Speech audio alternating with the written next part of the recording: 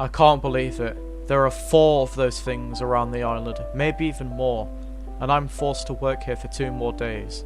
It's ridiculous. I had another nightmare last night. I dreamt I was stuck in the meat freezer, cold and terrified.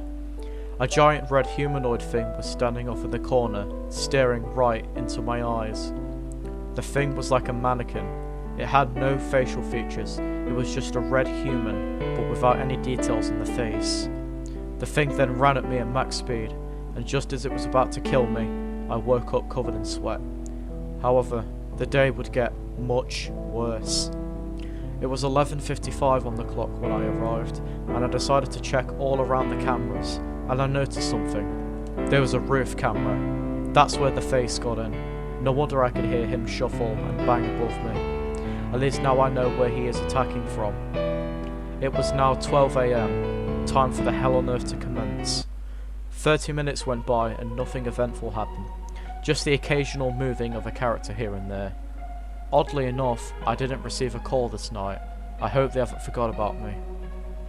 It was 1 AM, and photonegative Mickey was standing in the staff area, his dull, vacant eyes staring into the camera, with his jaw having contorted into a twisted smile. Then he disappeared into the shadows when the camera went to static. I heard Oswald say, and after hearing that, I looked around and he was right next to the Treasure Island sign. I swear to God that sign changed to Discovery Island, but I've had no time. I flipped up the camera and turned it off, and Oswald was gone. Right after Oswald appeared in my office, photonegative Mickey did too.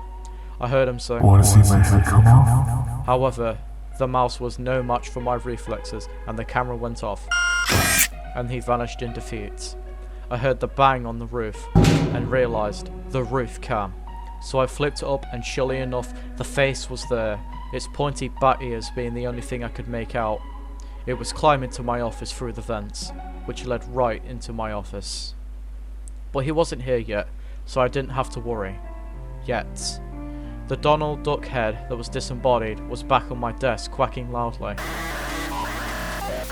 I brought up my camera and switched off the meat locker feed, and he appeared back in his usual spot. However, after dealing with Donald, I heard something say, "Real suffering is not known." And immediately following that, I heard an awful sounding music. It sounded like banging on a piano.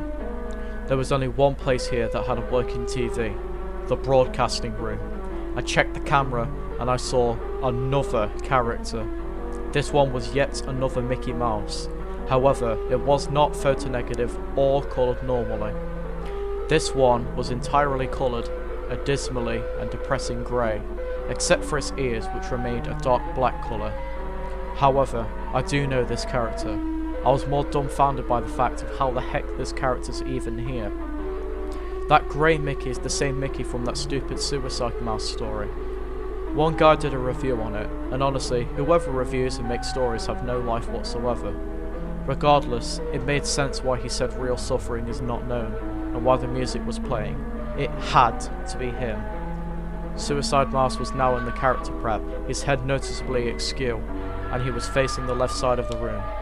Suicide Mouse then appeared in the corner of my office, and he said, The sight of hell bring its viewers. At the same time, the face was climbing on my desk. I had no time to do anything.